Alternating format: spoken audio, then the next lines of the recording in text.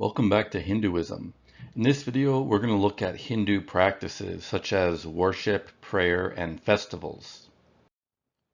The word puja is Sanskrit for prayer or worship, and it can refer to a variety of different types of ceremonies. The origin of Hinduism lies in the Veda, and in the early Veda, worship was focused on yajnas or sacrifice. The word yajna or yagna is closer to the modern pronunciation, is similar to homa in meaning. If there's a difference, the yajna can refer to any type of ritual such as chanting or singing a hymn in front of a fire, whereas the homa usually refers specifically to rituals involving giving offerings to the fire. There's also a ceremony called Archana, in which a Brahmin says a prayer on behalf of a person, like a petitioner. And this prayer will mention their name and their astrological sign. And the purpose of the Archana is basically to give them blessings or good fortune. The Veda has its own system of astrology, which is, I believe, related to the Western astrology rooted in Babylon ultimately, but it has its own distinctive properties, and it still plays a role in the culture of Hinduism. Another example is people who are matchmaking for Hindu marriages sometimes look or often look at the astrological signs of different people to see if they're compatible. Another example of a ceremony rooted in the Veda is the Gayatri Mantra. There are many different mantras or chants you can find in the Veda. The Gayatri Mantra honors Savitar, who's the god of the sun. This mantra is often sung in the morning around sunrise. It's sometimes referred to as saluting the sun in English. You're kind of honoring the sun god. But typically, the sun god is regarded as a symbol of Brahman, or the supreme being. There's also a series of rituals developed for worshiping in temples. Temple worship was not a part of early Vedic religion. It seems to have gotten started, or at least became more prominent, in the first couple of centuries BCE. And you can see really elaborate temple complexes, especially in South India, dating from the first few centuries CE. Temple worship involves murtis, which are images or icons that depict a god or a goddess. After the Brahmin performs a special ceremony, which is basically a dedication ceremony for a temple or sacred space, the murti is believed to actually have the presence of God within it. So it's treated as a sacred object. There's a concept in Hinduism called darshana, which means sight, literally. So it's seeing something, but it usually refers to visual contact with a religious icon. So if you look at a sacred image, that's regarded as being akin to looking at the god or goddess themselves, because their presence is regarded as there. Darshana can also be used in a religious context to refer to seeing a religious teacher who's regarded as an enlightened saint or sage. One of the most common ceremonies you'll find at a temple is giving food offerings to images of gods or goddesses. The food has been blessed by a Brahmin or priest during a ceremony, and once that happens, it's called prasada. Some of the food is left for the god or goddess, and some of it is eaten by the Brahmins who officiated at the ceremony. Most of it is shared among the actual congregants or worshippers. So this is going to be a kind of typical way for Hindus to practice good karma is by preparing food to offer at temples. And you can see in the image on the right, there's like really elaborate displays that are created. Hindus don't have like a specific day of the week that's regarded as a Sabbath or holy day to go to the temple. When you see elaborate displays like that, it's commonly done at special festivals, which will be specific times of the year depending on the sect. And the temple puja, even though it's not rooted in the Veda, this is perhaps even more common than the Vedic fire altar ceremonies. Both of those can be performed at temples, though, because they often will build fire altars in a certain room or part of a temple. There's also home puja, which is a simplified version of the temple rituals that can be performed in a home altar. The picture on the right shows a home altar to Shiva that has some images of the god, a Shiva linga on the left that's painted with the three horizontal stripes, and the offerings often include candles, oil lamps, incense, or flowers, and sometimes food as well. There's also a bunch of Hindu rituals that are not explicitly described in the Veda, so they could have just emerged after the Veda, or maybe they just weren't written down. They can have diverse origins. Some of them may have originated among peoples apart from the Indo-Aryans. An example of this is Rangoli, which is a colored rice painting, and they're often done in elaborate designs, and typically they're done for specific festivals. The non-Vedic rituals too can vary a lot across India. Now, there's variation of all the aspects of Hinduism regionally, but these rituals tend to vary even more than the Vedic fire altar ceremonies, which their form is pretty much prescribed in a specific way in the Veda. So now let's talk about some of the most common Hindu festivals. There's many of these, dozens and dozens, but we'll talk about a few of the most prominent ones. Holi is a spring festival that falls in early to mid-March. The timing of Holi and other Hindu festivals is going to vary on the standard Western solar calendar because Hinduism uses a lunar calendar based on the cycle of the moon to date the festivals. Holi celebrates the victory of good over evil. So spring is the return of the lengthening days, and the light of the longer days is regarded as a symbol of the gods or the devas and their victory over the demons. There are different stories behind the celebration of Holi, and this illustrates the diversity of Hinduism. So in different parts of India and also different sects of Hinduism, you can find different stories. This is a common story told by Vaishnava Hindus, followers of Vishnu. So in ancient times, there was a period when there was an evil demon king named Hiranyakashipu who ruled over the world. He had a son named Prahlada, and Hiranyakashipu was very proud, and he started ordering everyone to worship him as the supreme god. But Prahlada, even though he was the son of this demon king, did not believe this was correct. He remained faithful to Vishnu, or the supreme god. And when his father learned about his lack of loyalty, he became very angry. Hiranyakashipu had a sister named Holika, and she was actually an evil witch or sorcerer. So Holika hatched a plan to kill Prahlada. She built a large bonfire and somehow convinced Prahlada to join her in sitting on the bonfire. Now, she was wearing a magical cloak that provided her protection from the fire, but Prahlada didn't know that, so he saw she wasn't being harmed. He stepped on the fire and he would have burned to death. However, Vishnu decided to intervene to save Prahlada. He magically had the cloak of protection lift off of the shoulders of Holika, fly through the air, and land on Prahlada. So Prahlada was completely spared from any damage by the fire, but Holika was burned to death.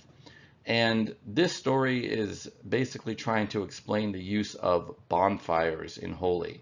So one of the ways that Holi is celebrated is by creating large bonfires.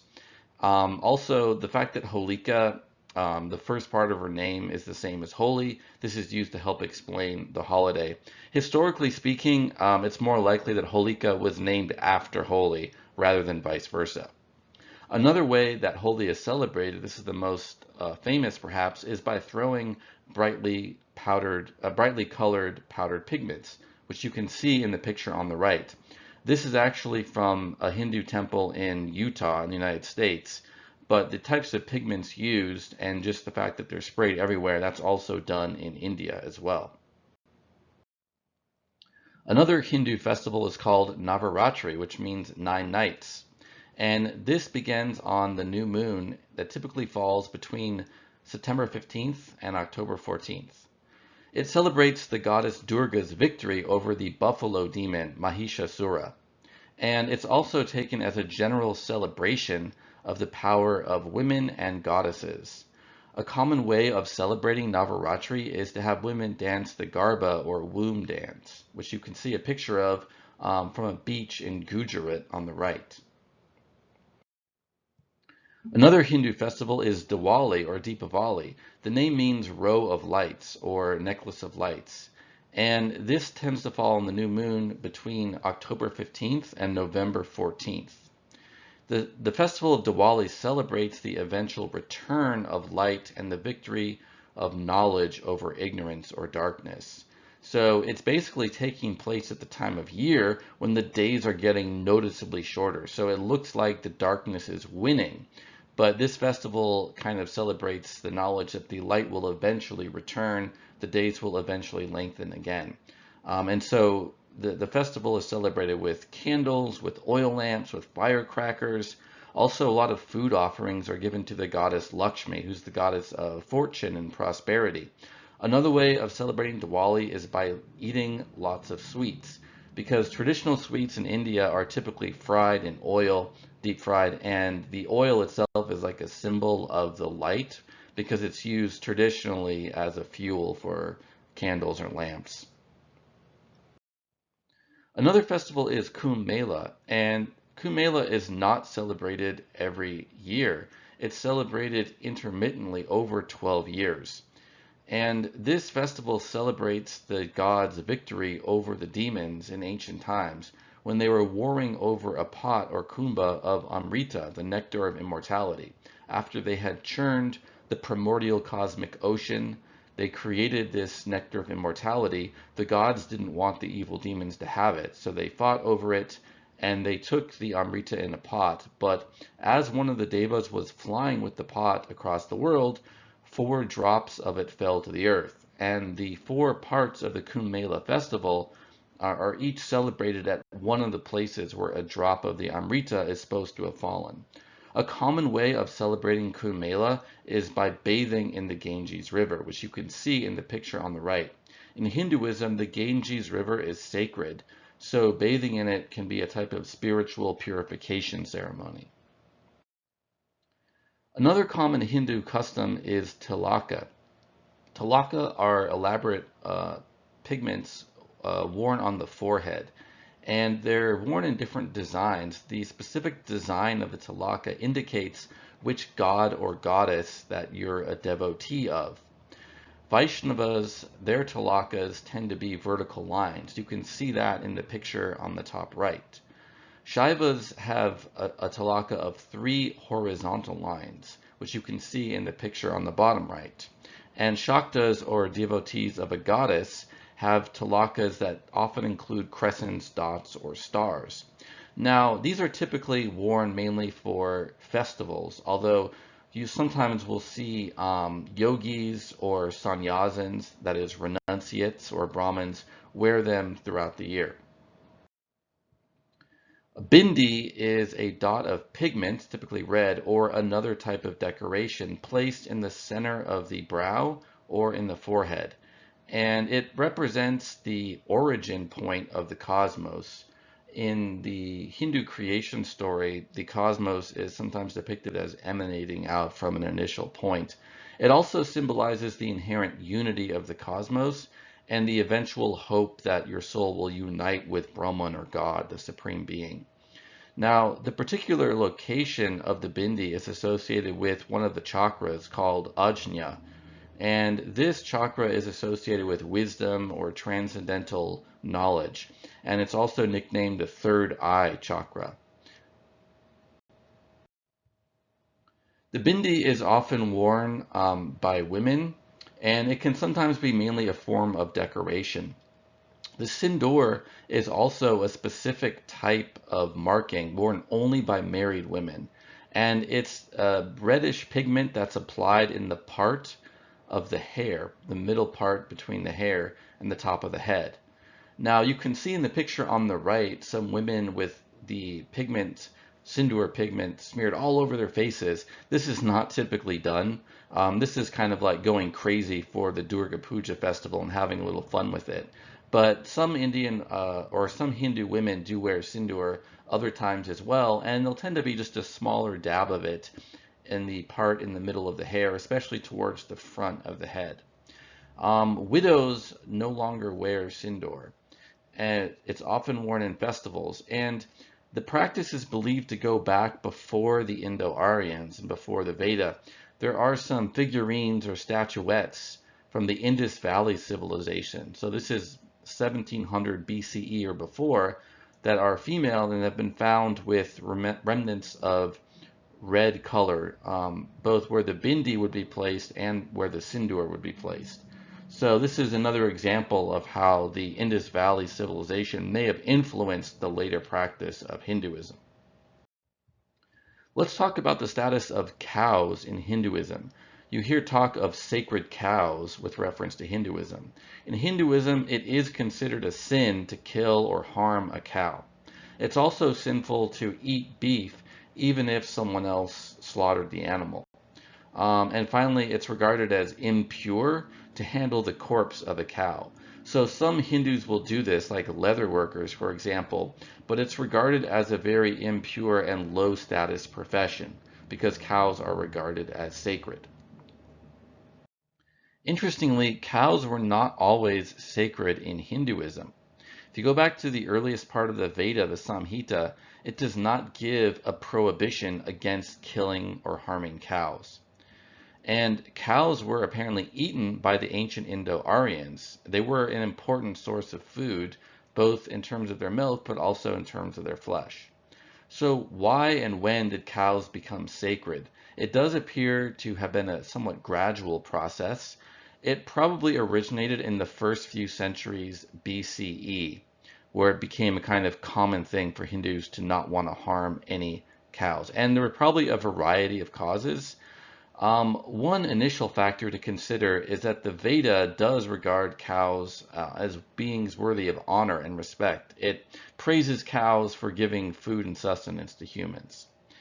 Another factor is that by the time of the Upanishads, so this is the 500s BCE, around that time, there was the general principle of ahimsa or non-violence that was penetrating deeper into Hinduism. However, it must be considered that there's no universal prohibition in Hinduism against harming any type of animal. Cows in particular are regarded as sacred and worthy of respect. So probably the most decisive factor was the fact that cows are sacred to the god Krishna. And the worship of Krishna really appears to have picked up in the first few centuries BCE. Krishna is a god of cows and goats, especially herds of cattle. One of his titles or epithets is Govinda, which means cowherd. Another is Gopala, which means protector of cows. You can see him in this image from a later manuscript on the right, surrounded by cows, and he is gesturing protection towards them. So with the rise of the prominence of the sect of the god Krishna, the general taboo against harming cows spread throughout Hinduism. There are a variety of practices surrounding food in Hinduism. Hindus don't eat beef because of the sacred status of cows. And many Hindus eat only jutka meat. Jutka meat is meat that's from animals that were killed in a single blow, which is regarded as more humane than other types of slaughter. There are also some Hindus who practice vegetarianism.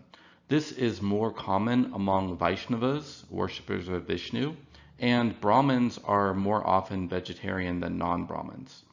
Hindu vegetarianism has a specific character to it, so it includes eating dairy products such as milk, cheese, and butter, but it does not include eggs. So the reason why eggs are not included is because they're often regarded as potential souls. And dairy products are okay because you don't have to kill the cow in order to get the milk or other dairy product. Hindu vegetarianism may have been modeled on that of the Jains. The Jains are the oldest sect that we know of from India that practices vegetarianism. Finally, let's talk about Ayurveda. Ayurveda is the traditional Indian medical system, and it's been influenced by Hindu philosophy, you could say, or Hindu theories of nature. In Ayurveda, you'll find a theory of the gunas, which literally means property, quality, or characteristic. The gunas are regarded as having both mental and physical aspects. So all material objects are made up of different combinations of gunas, but they can also express themselves in conscious minds. So the three gunas are sattva, rajas, and tamas. Sattva means purity and wisdom. That's its association, and it's often symbolized by the color white. Rajas is energy and passion, so it can be associated with anger, for example, and also with fire, and it's symbolized by the color red. Tamas means solidity, heaviness, or sluggishness, and it's symbolized by black. So tamas would be associated especially with the earth element, rajas with the fire element, and sattva with the water element. But material objects are regarded as being composed of different combinations of the gunas, kind of like how in the modern theory of molecules, they can be made up by different combinations of atoms. And atoms are also made up of different combinations of protons and electrons. But the theory of the gunas goes back to ancient Hindu philosophy like the Sankhya school, and it really kind of like permeated the rest of traditional Hindu philosophy, and that's how it entered into the medicine. Ayurveda is still widely practiced by Hindus and other Indians today, and you probably have heard of it. It's spread to the West. Many non-Hindus are interested in and practice Ayurvedic medicine. So an example also of the three gunas theory and how they have a health component is the belief that different foods have different proportions of the gunas in them. And disease in Ayurveda is often thought of as an imbalance of the gunas. And so if you have too much rajas, you might be able to change your diet, eat fewer rajasic foods, and then that could cure your disease. There's also an aspect of Ayurveda that shows up in Hinduism or Indian religion, which is the notion of a sattvic diet. Because sattva is regarded as the purest of the gunas, it's associated with spiritual progress and enlightenment. The sattvic diet avoids both rajasic and tamasic foods. Rajasic foods include things that are often stimulating. They stimulate your energy and your passion, like caffeine and chocolate and spicy food. Tamasic foods are things that are regarded as making you sluggish, like meat, but they also include garlic, onions, and vinegar. So the sattvic diet was also sometimes practiced by Buddhists. It still is. You can see it being practiced by some Buddhists in East Asia, for example. So that's it for this video. Next video, we'll look at the relation between Hinduism and the arts.